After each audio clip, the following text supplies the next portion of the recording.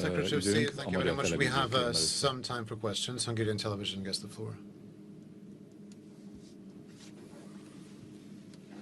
Good morning, I am László Mészáros. Volodymyr Zelensky, President of Ukraine, is constantly attacking Prime Minister Viktor Orbán for not supporting the EU accession of Ukraine. What is your take on this political action, this political attack against the NATO and EU member states? And who is the question addressed to? Both of you naturally. I don't wish to drag Secretary of State into Hungarian internal political issues. Answer first to this question.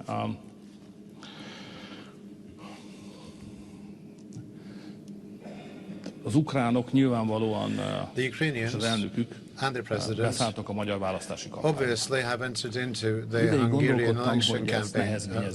For a while I was thinking whether we should take that on the wrong note or ilyen not. brutális nyíltsággal I mean, with such brutal openness entering into the election campaign of another country is not very frequent. You don't see that often.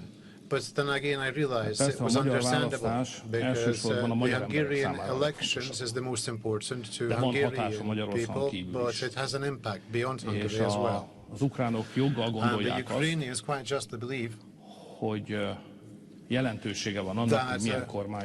that what government Hungary shall have is significant to them. And there are only two options. One is what you know well.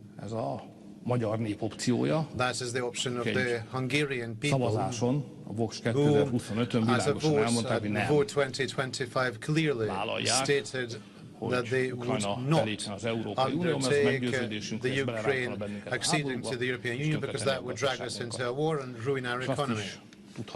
And you can also know that we shall not provide money for Brussels in order for them to send that to Ukraine. The other option, which is a real option, and the Ukrainians would favor that, with common sense you can realize that if a government arrived which would want or which would accept Ukraine becoming a member of the European Union, they obviously want a government which will take a part in the financial burden of Ukraine. In other words, send money to Ukraine, and for the Ukrainians it doesn't matter what the outcome of the elections will be. Therefore they decided to participate in the campaign, and since we stand on the ground of common sense, we must not be surprised at that. We must adapt to it, and we must acknowledge that the Ukrainian president and Ukraine will be an active participant of this election, and we have to prevail against them too. That is our reality.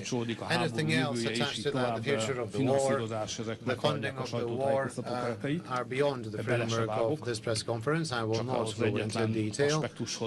I would only return to a single aspect, that this is an election. As an election, people decide. And for Ukraine, it does matter what the outcome of the decision is, and therefore they put their full weight and weaponry in participating in the Hungarian campaign. We know full well that they finance our opponents. We know how that happens. This is a well-known written fact. But once again, we must not be outraged, but we must acknowledge that this campaign in Hungary also has an international dimension in other directions too, but in the Ukrainian direction. That is why it's an important international event, not only for Hungarians, but as the example of Ukrainians shows, it's important for other greater nations. That's how you have to win elections. We have won elections in many ways. Now we shall win this way.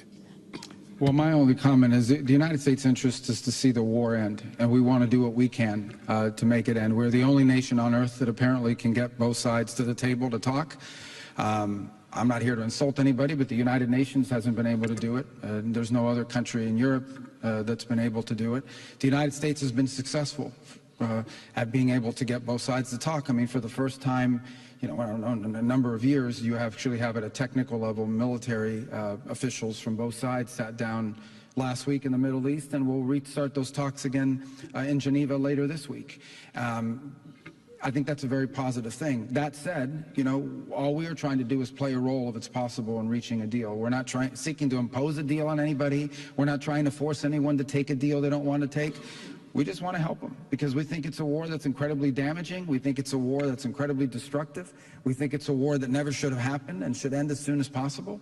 That's how the president feels, and the president's invested a tremendous amount of time and political capital in trying to serve a useful purpose. Usually, you know, in my time observing geopolitics, when a president tries to engage himself in peacemaking and in ending wars, that's usually applauded. So this is one of the few times, for a lot of different reasons, I don't know what they may be, but maybe I can speculate what they are, where people actually criticize a president trying to end a war. Usually when you're trying to end wars, the international community applauds you. This is one of the few wars I've ever seen where some people in the international community condemn you for trying to help end a war. But that's what we're trying to do. That's what we're going to continue to do as long as our role is and our engagement is a positive one. And hopefully the war will end. The sooner the better. It should have ended a long time ago. It should have never actually happened. This war should have never happened. This war would have never happened if Donald Trump had been president of the United States at the time it began. But you know, that's what happened, and so now here we are. So we're going to continue to do everything we can to try to bring it to an end.